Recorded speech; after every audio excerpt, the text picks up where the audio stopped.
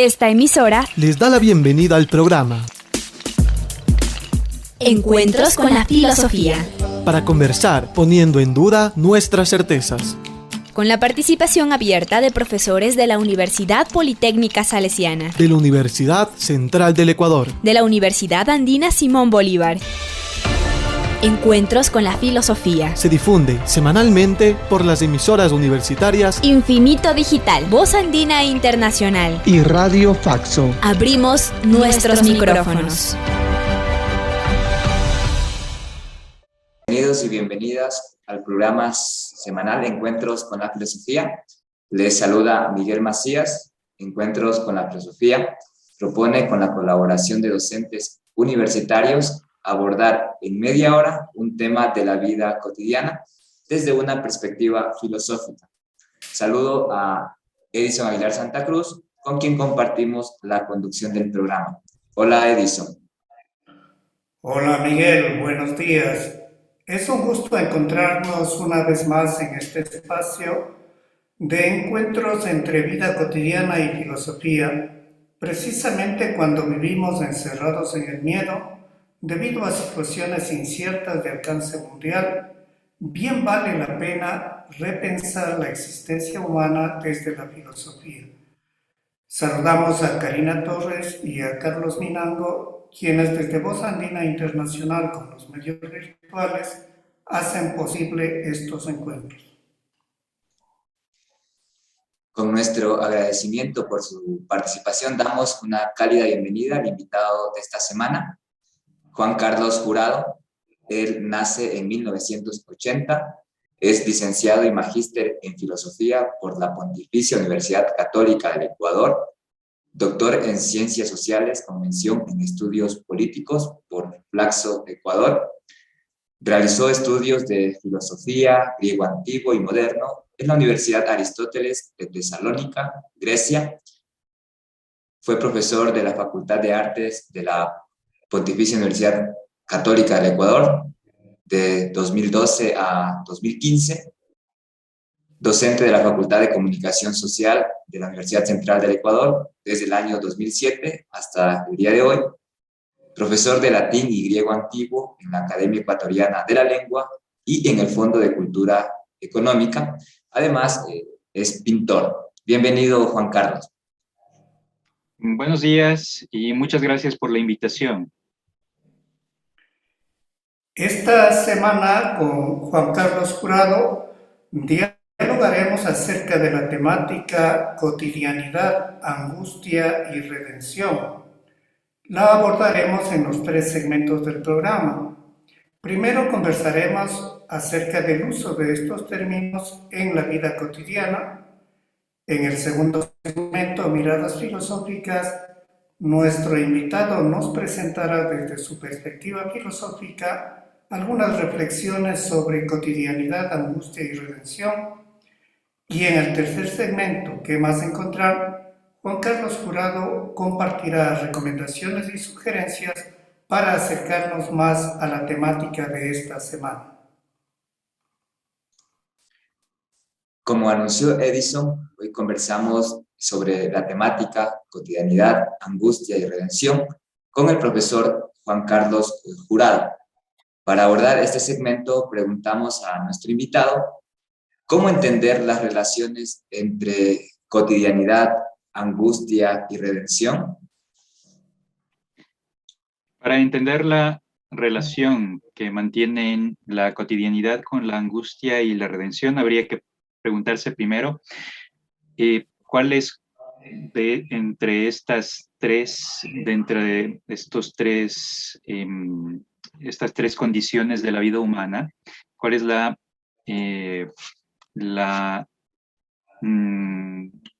primera de ellas, ¿sí? Y hay que entender también que las otras son solamente posibles bajo la base o bajo la condición de que se cumpla la primera. O sea, ¿qué quiero decir? Que la redención es solamente posible con la base de la angustia, solamente una vez que se atraviesa por ese camino de la angustia, es posible llegar a la redención, pero la angustia solamente surge y es posible con la base de la cotidianidad, ¿sí? Tomando en consideración que cuando la cotidianidad no se presenta de la manera tan sólida en la que uno cree o piensa que puede organizarla, ¿sí? Es donde justamente se presenta la angustia como un estado incómodo, ¿sí? Donde uno ya se pregunta por sí mismo y sobre su existencia. Juan Carlos, entonces da la impresión que en este conjunto de relaciones son importantes el tiempo y la duración para que se vayan dando estas relaciones. ¿Esto es así? A ver, partamos de una idea y es que hay un tiempo de la cotidianidad, hay un tiempo de la vida cotidiana, pero es un tiempo que muchas veces nos resulta inauténtico. ¿Por qué?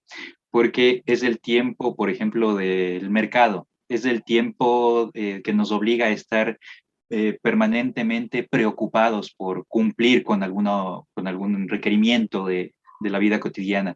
Es el tiempo que puede ser dividido, ¿sí? Que puede ser cronometrado, que puede ser calculado según el movimiento del reloj.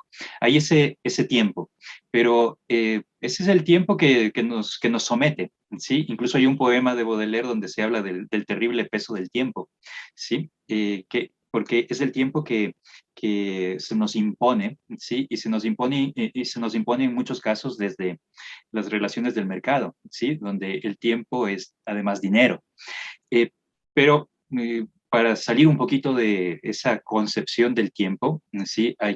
Yo pienso que hay que repensar también dentro de nuestra comprensión también de la cotidianidad, cuál es la función del tiempo, ¿sí? Y hay que entender que solamente cuando se pone en cuestión, ¿sí? Y se entiende que pues, hay otra forma de entender el tiempo que no es justamente la que nos está sometiendo todo el tiempo a cumplir con ciertas obligaciones o requerimientos de la vida cotidiana, ¿sí? Y del mercado y del capital, ¿sí? Es donde justamente podemos reencontrarnos con nosotros mismos. ¿Qué quiero decir con eso? O para decirlo de manera más sencilla, pues hay un tiempo que es el tiempo para mí mismo. Es el tiempo donde que yo lo requiero como una condición para preguntarme por mi propia existencia. Es un tiempo en el que yo simplemente me alejo. Es el tiempo que me doy para pensar qué es en realidad importante y y hacia dónde se dirige mi vida. Sí, fuera, como les digo, de ese tiempo que puede ser cronometrado, ¿sí? Que puede ser regulado, ¿sí? Y que puede ser medido según el movimiento del reloj. Eh, entonces el tiempo sería en este sentido una condición para colocarme colocarme en un momento preciso y preguntarme por mi propia existencia, ¿sí? Para preguntarme por lo que realmente es importante para mi vida. Y a partir de esta visión del tiempo, yo también puedo pensar en qué es realmente significativo dentro de los acontecimientos de mi vida, ¿no? Hay situaciones que, por ejemplo, no son tan trascendentes, tan importantes en mi vida, y es como que, pues, hubiesen ocurrido hace muchísimo tiempo, ni siquiera a veces recuerdo de eso, ¿sí? Pero aquellas cosas que recuerdo con mucha más claridad. Son aquellas cosas que obviamente ocurrieron en el tiempo, pero que me son mucho más cercanas, incluso si ocurrieron hace 20 años. Sí, el hecho de que hayan sido determinantes para mi vida hace que esas cosas que ocurrieron en el tiempo sean mucho más cercanas temporalmente que aquellas que, sin embargo, no representaron nada para mi existencia. Muchas Sí. gracias, Juan Carlos, por estas apreciaciones que nos ha hecho ya en el primer momento de filosofía de vida cotidiana sobre cotidianidad, angustia y redención y también el tema del tiempo. Ahora damos paso ya al siguiente segmento, miradas filosóficas. En esta semana, en Miradas Filosóficas, nos encontramos con Juan Carlos Jurado, que en este segmento nos ayudará a mirar cotidianidad, angustia y redención desde el matiz o desde la perspectiva de la reflexión filosófica.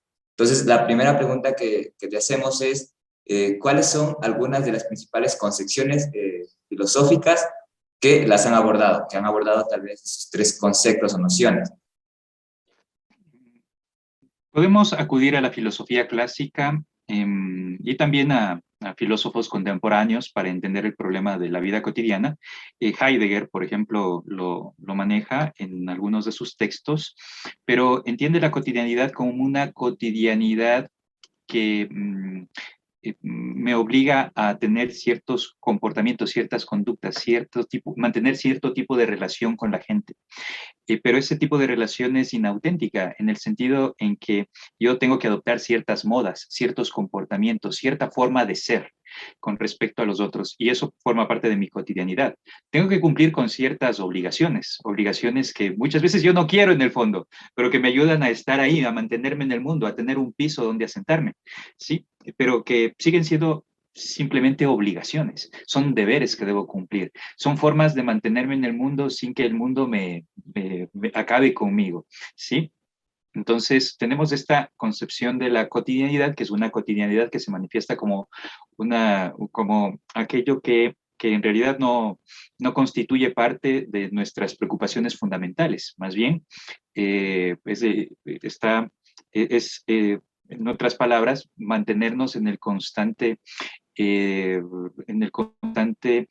aparentar, ¿sí? En el seguir el rumbo que siguen todos los demás. Y bajo esta concepción se establece, sobre todo en la filosofía heideggeriana, la idea de vida cotidiana o de cotidianidad. Pero justamente como una especie de ruptura, de rompimiento con esta visión de la cotidianidad, aparecen ciertas visiones más profundas de la existencia. Y bueno, Heidegger la maneja, sí, pero incluso antes de Heidegger, autores como Kierkegaard o Schopenhauer habían entendido que es estar sujetos a la vida cotidiana, sobre todo para quien se pregunta, o sea, se hace preguntas por la existencia, constituye preguntarse justamente por aquello que en efecto no es auténtico en uno mismo, ¿sí? Al final es el preguntarse por la existencia, ¿sí? Es una pregunta fundamental en el sentido de que constituye como les digo antes, un rompimiento con todo lo que hasta el momento creemos que es la única opción. Es como cuando uno se siente harto, ¿sí? Se siente hastiado. Llega un momento en el que se da cuenta de que muchas de las cosas que hace en su diario vivir o en su cotidianidad no representan nada para su propia, o no obedecen realmente a las inclinaciones de su espíritu. Es ahí donde aparecen estas filosofías existenciales o más cercanas al existencialismo, sí, que tienen, como les digo, su antecedente en autores como Kierkegaard, que sí, pues, o sea, decía justamente que la angustia es como mantenerse frente a una quebrada o encontrarse frente a un momento límite y no saber, porque uno tiene miedo, ¿no? Si lanzarse o no. ¿Sí? O como Schopenhauer, que llega a un momento en el que considera que el hastío es una condición de la existencia, incluso sobre todo cuando en la vida cotidiana sentimos que tenemos ciertas seguridades, porque eso es lo que buscamos diariamente, mantener ciertas seguridades, tener un trabajo, tener dinero, tener cuentas bancarias, vestirnos bien, sí, tener una posición social. Es lo que creo que la gente busca, a lo que la gente aspira. Pero llega un momento en el que uno se da cuenta en que pues, eso no obedece realmente y no es aquello hacia lo que está inclinado realmente mi espíritu. Y es en ese momento donde uno se pregunta por el sentido de la propia existencia y es justamente ahí donde uno opta, ¿sí? O opta por mantenerse ahí mismo en ese mismo rumbo que adopta la cotidianidad o que adoptamos dentro de la cotidianidad o lanzarnos al vacío, ¿sí? Rompiendo con todo ese esquema. Entonces, y con todo ese modelo que se nos impone desde fuera, porque Al final estamos arrojados en el mundo y es ahí donde tenemos que tratar de sostenernos de alguna manera. Y para eso adoptamos una serie de conductas, eh, de modas, pero que siguen estando dentro del plano de lo inauténtico. Y para hablar bueno, entonces, eso en torno a la angustia. Entonces hay autores, sí, de corte más existencial que hablan de la angustia, aunque se puede también rastrear la angustia como un problema griego, ¿sí? En el fatum, en ese destino que a veces nos está guiando hacia el reencuentro con nuestro propio ser, en experiencias límites como la muerte, eso lo podemos encontrar incluso en los griegos, eh, pero que se hace un problema sobre todo moderno y es un problema trabajado en el existencialismo. Y finalmente tenemos la redención, que es un término que al final adoptan los teólogos. Tal vez una entrada filosófica al problema de la redención es la que da Rosenzweig en La estrella de la redención, que tiene sin embargo un tinte teológico, no sale de la teología aparentemente el problema de la redención, pero yo propongo más bien una visión distinta de la idea de redención. Sí, redención que es interesantísimo es un término interesantísimo desde el punto de vista etimológico, ya que tiene que ver con el comprar, ¿sí? El emere, de donde viene redemptio, en el término latino, emere significa comprar. ¿Y qué es lo que compras? Compras tu libertad. Al final es un intento por buscar de alguna manera la libertad, pero ¿qué? ¿Y gracias a qué? Solamente gracias a esos momentos previos de la angustia y el momento previo a la angustia, que es el de la vida cotidiana y de la comprensión de la vida cotidiana. Juan Carlos, si esto es así, ¿por qué la búsqueda de sentido a la existencia produce angustia? Y evidentemente de ahí se desprendería otra pregunta que ¿es la redención como una salida a la angustia? Justamente, hay momentos determinantes en la vida del ser humano donde este ser humano puede optar por dos caminos. En realidad solo hay dos caminos. Cuando ocurren experiencias límites y muchos de nosotros en el contexto de la pandemia nos hemos topado con estas experiencias límites, sí, como ver la muerte de alguien, como, qué sé yo, hay gente que se ha quedado sin trabajo, que creía tener cierta estabilidad, creía tener dinero. Yo, por ejemplo, he escuchado a algunos conocidos que me han dicho eso. Yo tenía un buen trabajo, pero y justamente en el contexto de la pandemia, que es un contexto tan complejo, me quedé sin trabajo. Entonces se topan con experiencias límites y es ahí donde empiezan a repensar sobre cuáles son en realidad sus prioridades. Por ejemplo, yo me he topado con gente que se mantenía muy segura, sí, que había incluso dejado de leer, que había dejado de tener preocupaciones filosóficas porque había conseguido un trabajo donde tenía cierta estabilidad. De repente lo pierde y es entonces donde se empieza donde se reconcentra, ¿sí? Donde empieza a pensar en sí mismo y si en efecto toda aquella estabilidad que aparentemente tenía era realmente a la que estaba él mismo inclinado. Y se daban cuenta de que no, de que en efecto estaban viviendo en el mundo de la apariencia, estaban viviendo en el mundo obviamente, de una vida cotidiana donde tenían que apegarse a ciertas modas, a ciertos comportamientos para mantener cierta estabilidad, para tener cierto reconocimiento. Y se toparon con estas experiencias límites, sí, que yo he visto muy marcadas por mucha gente en el tiempo de la pandemia. Yo creo que para quienes nos dedicamos a la tarea filosófica ha sido menos duro, ¿sí? Porque siempre nos estamos preguntando por temas así profundos como el de la existencia. Entonces, es como que no nos tomó de manera tan imprevista, pero me he topado con gente y para mí ha sido muy interesante reconocer que el problema de la angustia está presente en la vida humana, sobre todo cuando la vida se enfrenta a problemas límites como el quedarse, como les digo, sin trabajo, como el toparse con la muerte de alguien, con la enfermedad, por ejemplo. Puede que uno mismo haya experimentado la enfermedad en este contexto de la pandemia y se haya preguntado justamente, ¿sí?, sobre su propia existencia, sobre qué es lo que deja como un testimonio también de su paso por el mundo. Entonces, De esa manera, pues, se explicaría cuál es y de dónde surge la pregunta por la propia existencia. Y es justamente al reencontrarse y al toparse y al formularse esta pregunta donde, donde nos enfrentamos a este temor por reconocer que en efecto hay cosas que no necesitábamos, hay cosas de las que podríamos prescindir, hay opciones para mi vida, ¿sí? Hay cosas que en realidad yo preferiría antes que mantenerme en el mundo de la apariencia, ¿sí? Donde tengo que simplemente que sostenerme y mantener un discurso frente a todos los demás para que el mundo no me consuma.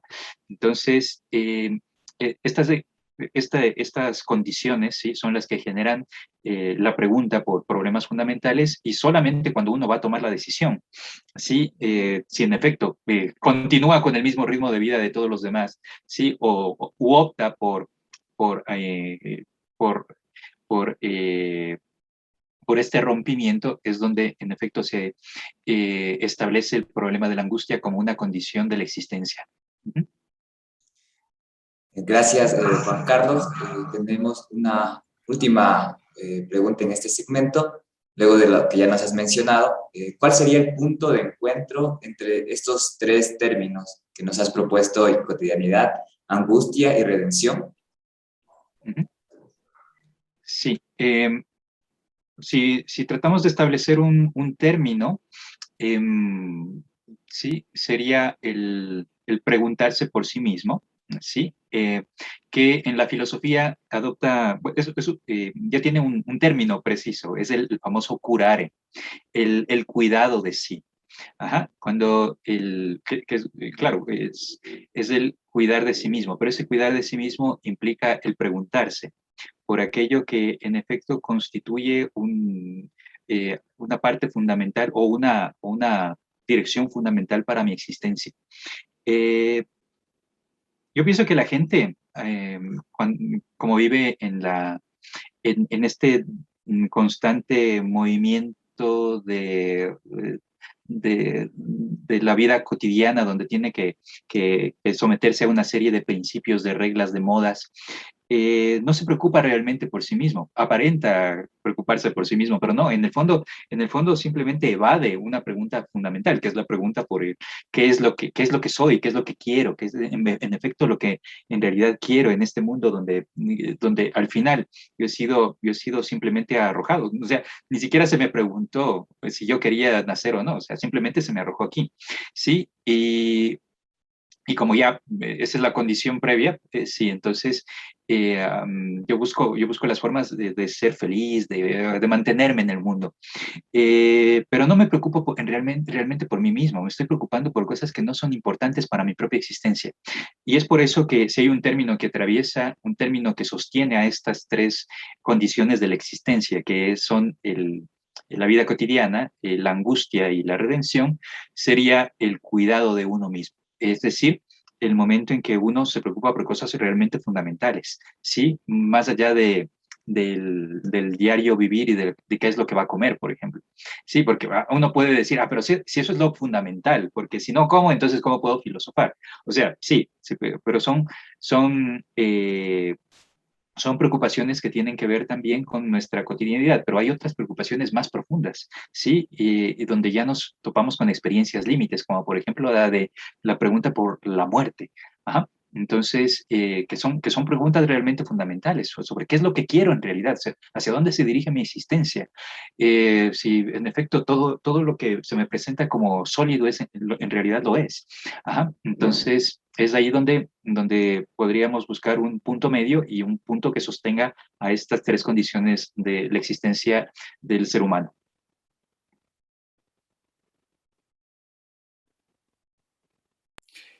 Juan Carlos, yo tendría una pregunta adicional antes de trasladarnos a nuestro tercer momento, y es que entonces aparece como una condición para poder reflexionar sobre el sentido de la existencia de uno, que exista un acontecimiento y si es un acontecimiento que le lleva al límite de tal manera de tener que reflexionar sobre qué es lo que quiero de la existencia. Esto no sucede de manera así como muy regular, es medio azaroso, diríamos, que se dé un acontecimiento, una experiencia límite que me obligue a reflexionar. Entonces, querría decir que esto no está, como quien dice, al alcance de todos, o sea, depende del azar. Yo opino que em, el preguntarse por sí mismo y sobre el rumbo de la vida y por la existencia eh, no es exclusivo de un grupo de filósofos que se encierran a leer sus libritos, ¿sí? Todo el mundo se enfrenta con situaciones dolorosas en la vida cotidiana. La muerte de alguien en tu familia, la enfermedad de alguien, la pérdida de trabajo dentro de tu familia, tú mismo te puedes quedar sin trabajo. Entonces, nos topamos con experiencias límites que nos hacen replantearnos el sentido de nuestra vida. Pero, ¿cuál es el problema? El problema es que, y es lo que ocurre en la mayoría de la gente, se evade la pregunta, se evade justamente preguntarse por cuestiones realmente profundas de la existencia, y para eso se utilizan, bueno, hay gente que recurre qué sé yo, incluso al alcohol, a la bebida, a las drogas, o simplemente ocultarse de alguna manera, ¿sí? Bajo eh, diferentes expresiones de la moda, ¿no? Entonces, eh, la moda en el sentido de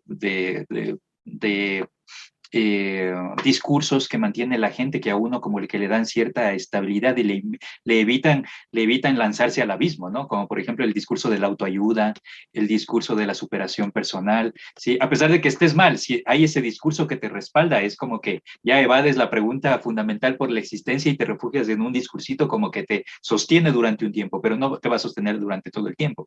Entonces, me refiero a eso con la moda en el sentido más existencial. Eh, Porque es lo que busca la gente.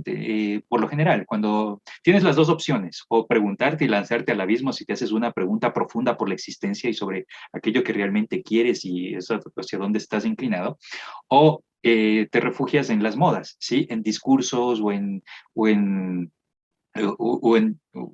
o en alicientes que hagan menos dolorosa tu existencia, que es, sí, donde incluso cierras los ojos a la moral. Hay gente que donde se encuentra, cuando se encuentra con estas situaciones límites, opta incluso por caminos que eh, ya marcan la distancia con lo legal, ¿no? Entonces, bueno, es que hay situaciones y situaciones, hay situaciones y situaciones, pero y yo creo que siempre se nos pone ante los ojos la experiencia límite, y es ahí donde uno opta o bien por lanzarse al abismo o bien por ocultar y negar la pregunta por su propia existencia y olvidar esa pregunta, porque en eso consiste el famoso olvido del ser heideggeriano, en discursos, en modas que a uno le permitan hacer menos dolorosa su existencia. Muchas gracias. Ahora nos trasladamos al tercer momento que vas a encontrar para indagar sobre cómo continuar las reflexiones acerca de cotidianidad, angustia y redención. Miguel. En esta semana dialogamos con Juan Carlos Jurado. En un primer momento conversamos acerca de la comprensión habitual de cotidianidad, de angustia y redención. Luego nos ha mencionado algunos aspectos y perspectivas filosóficas. Habló de Heidegger, Schopenhauer, Kierkegaard y tal vez sus concepciones o ideas alrededor de este tema. Ahora nos gustaría pedirte, Juan Carlos, tal vez algunas recomendaciones y sugerencias para hacer una profundización en estos temas o en estas nociones. Um, hay un camino que ya lo establece sobre todo la filosofía heideggeriana y que consiste en plantearse preguntas fundamentales. ¿Sí? Cuando te preguntas cuando te formulas estas preguntas fundamentales, estás de alguna manera invitado a eh, a olvidar, ¿sí? A poner en paréntesis, ¿sí? Más bien para utilizar terminología fenomenológica, a poner entre paréntesis todo lo que hasta ese momento creías que daba respuesta a los problemas de la vida, ¿sí? O, porque la filosofía te proporciona una serie de discursos, te explica el mundo, ¿sí? Pero la pregunta por la propia existencia solo es posible y solo se puede formular cuando repiensas incluso las categorías, ¿sí? Con las que te acercas a la existencia, te acercas al mundo, te acercas a tu propia vida. Es ahí donde aparece el famoso término de suspensión del juicio. Dejas de pensar de acuerdo a todas las categorías y teorías que te habían enseñado incluso en los estudios filosóficos y te das y utilizas un lenguaje distinto. Es lo que hace a veces la lectura de autores como Heidegger, por ejemplo, tan complicadas. Heidegger y la fenomenología existencial en general te obligan a pensar de otra manera, ya no utilizando las categorías de la ciencia o incluso de la filosofía establecida, sino reconociendo que para enfrentarte al mundo, aunque no se oye bien el término enfrentarte, pero más bien para acercarte al mundo, requieres incluso dirigirte a él de otra manera, ¿sí? De una manera incluso más amable. Y eso lo logras a través de utilizando también otro tipo de palabra. ¿Y cuál es este otro tipo de palabra? Bueno, puede ser terminología filosófica, pero cada vez se va haciendo menos filosófica y se va cada vez haciendo incluso más poética, porque si tienes una forma de acercarte al mundo y de los problemas fundamentales, no es a través de una terminología filosófica, porque siempre esa terminología va a estar sujeta a la relación de un filósofo que trata de acercarse al mundo y dominar el mundo a través de una serie de conceptos. Es decir, no sales de la relación entre sujeto y objeto. La invitación que te proporciona la filosofía y la fenomenología existencial es más bien, o consiste más bien en olvidar toda la terminología anterior, o más bien ponerla entre paréntesis para no decir olvidar, y utilizar un diferente tipo de lenguaje. ¿Y de qué manera? Pues te acercas a través de un tipo diferente de palabra. ¿Y cuál es el tipo de palabra diferente que tienes que utilizar? Algunos creen que es la terminología de la religión, donde invocas cosas, ¿sí? Donde invocas a los elementos. Pero en realidad la que posiblemente, y aquella con la que te acercas de una forma incluso menos violenta al mundo en el que estás arrojado y a los problemas de la existencia, es realmente la terminología de la poesía, ¿sí? Porque la palabra poética es la palabra que dice más, ¿sí? Y en realidad es a través del arte y de la palabra poética justamente donde puedes encontrar y donde puedes tú escuchar la voz del ser y encontrarte a sí mismo con la propia redención, ¿no? Es ahí donde encuentras la liberación y la redención, que es al final la forma de mencionar y de nombrar a esta salvación a la que solamente puedes llegar a través de los pasos previos de la angustia y de la vida cotidiana. Concluimos este encuentro semanal con la filosofía con nuestro agradecimiento a ustedes, radioescuchas, al invitado de esta semana, Juan Carlos Jurado, y a Carlos Minango y Karina Torres en la cabina de Radio Voz Andina Internacional. Recuerde, recibimos sus comentarios y sugerencias al correo electrónico encuentrosconlafilosofía@gmail.com. Hasta el próximo encuentro con la filosofía. Agradecemos su sintonía a Encuentros con la filosofía. el programa que impulsa el filosofar como acción compartida desde las radios universitarias. Les invitamos a compartir las próximas emisiones de Encuentros con la filosofía por esta emisora.